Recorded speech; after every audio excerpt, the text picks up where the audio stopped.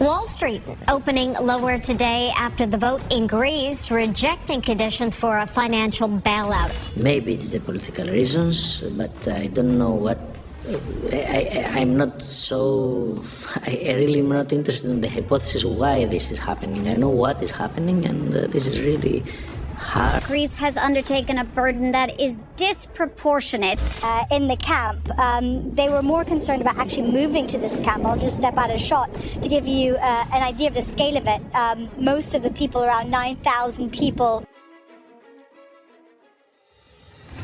Living in Greece has become nearly impossible for the average person. Rent for a one-bedroom apartment in central Athens, anywhere from 550 euros to 700 euros, and that's before groceries, transport, or electricity. With monthly wages stuck around 1,000 euros, most people are barely hanging on. Greece may look like paradise on Instagram, but for the people who live here, it's become unaffordable, unstable, and unsustainable. In today's video, we will discuss how Greece became too expensive for its own citizens, and surprisingly, it didn't start with tourism, but something much bigger. Greece is under pressure to do more to stem the flow of migrants to northern Europe. For tourists, Greece is a dream. For the locals living there, it's become a battle to stay afloat. Why is that? Let's start with the basics.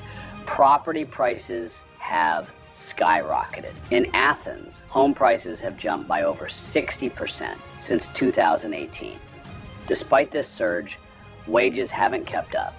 The average monthly income ranges between 950 euros and 1,100 euros, making Greece one of the lowest earning countries in the EU.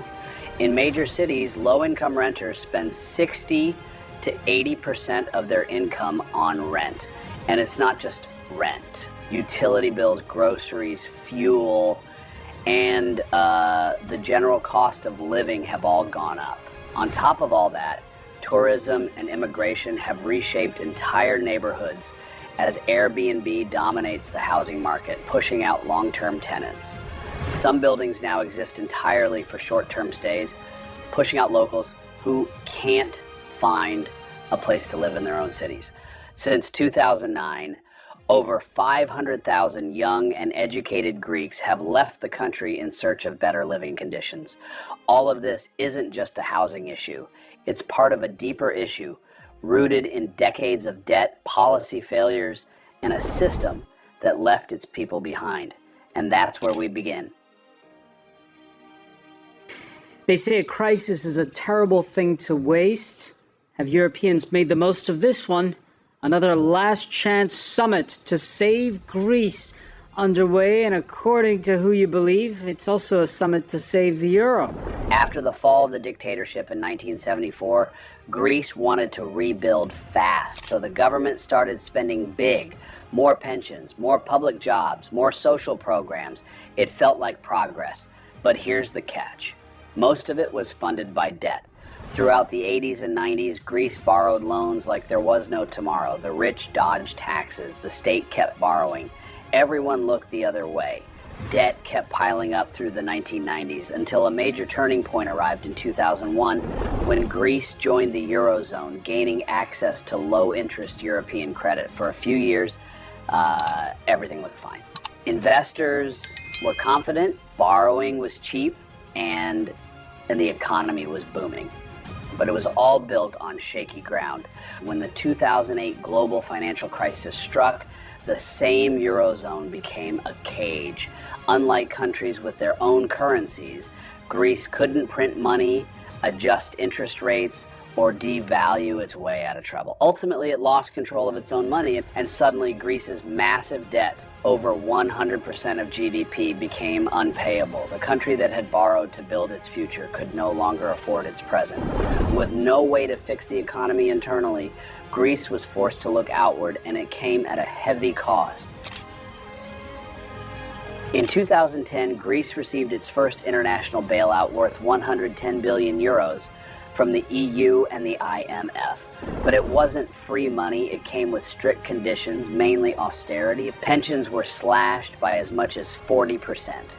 Thousands of government employees lost their jobs, with over 150,000 lost between 2010 and 2015. Public hospitals ran out of basic medicine.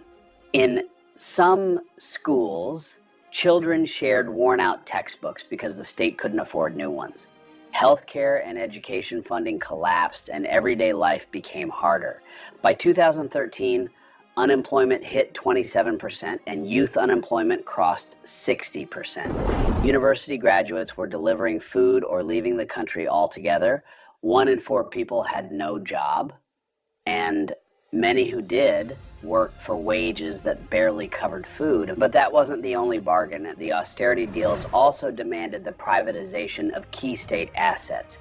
The port of Piraeus, once a symbol of Greek trade, was sold to China's Costco. 14 regional airports, including ones on tourist-heavy islands like Mykonos and Santorini, were leased to a German company for 40 years. Even state power companies and railways were sold off. In response, Athens became a city in protest, with tens of thousands marching, shouting, and striking between 2011 and 2013. And the world saw this as a rescue. But for many Greeks, it felt like surrender. After the harsh bailout, Greece needed a fast way to bring in cash, and tourism became that lifeline. From island sunsets to ancient ruins, Greece used it all to market itself to the world. And it worked.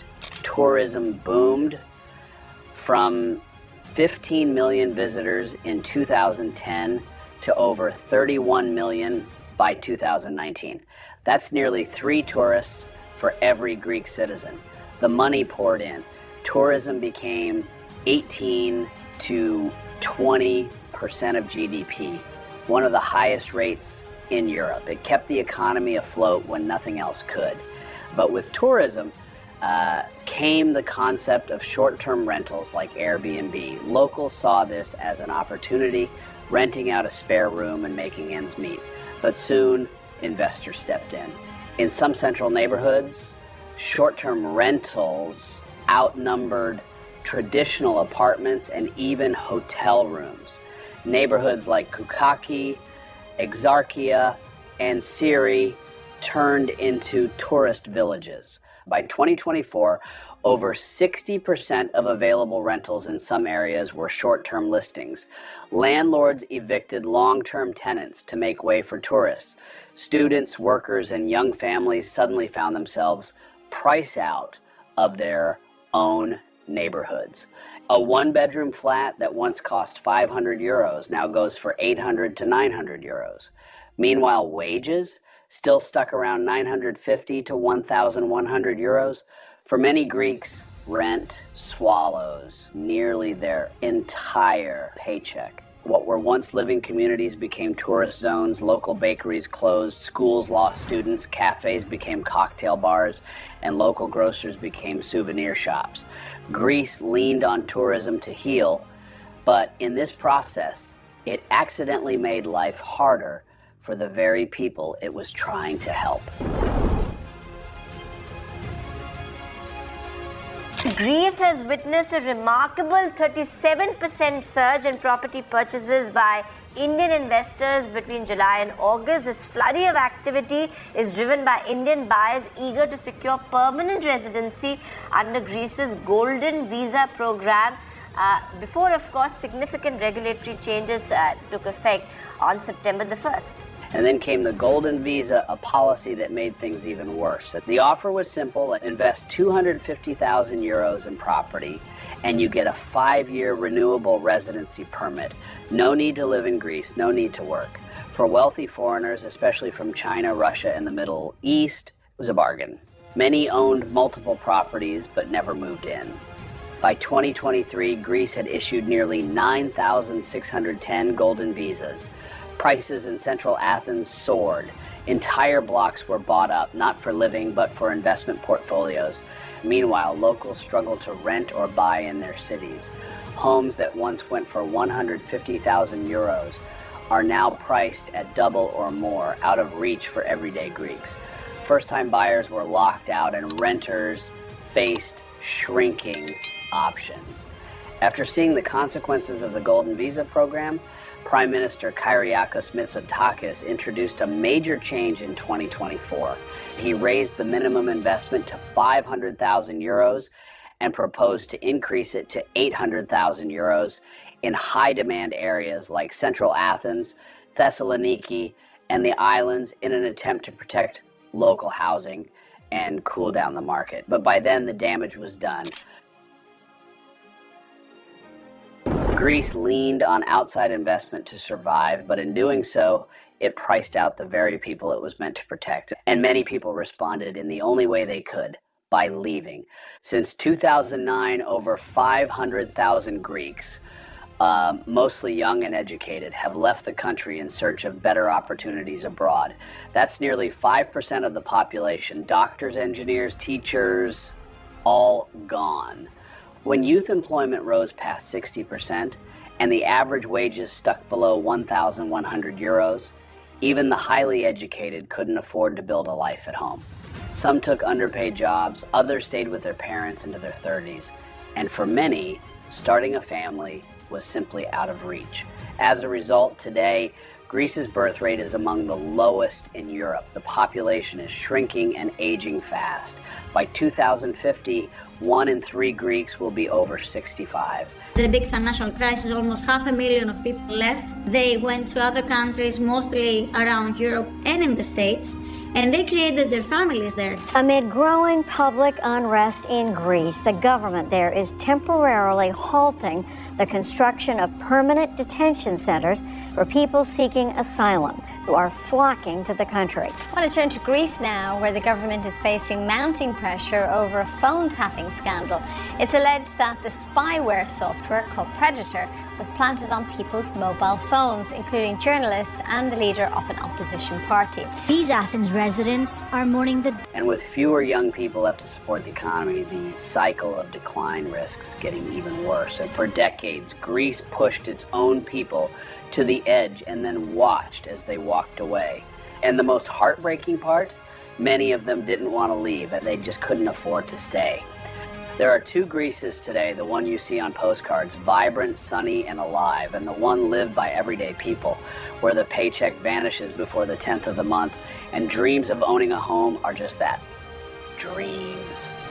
Both exist in the same country, but only one is thriving. So, what do you think? Can Greece still be turned around, or is the damage already done? Should cities exist for the people who live in them, or for the ones who can afford to buy them out? Let us know your thoughts in the comments below. And if this video changed your perspective, hit that like button and don't forget to subscribe.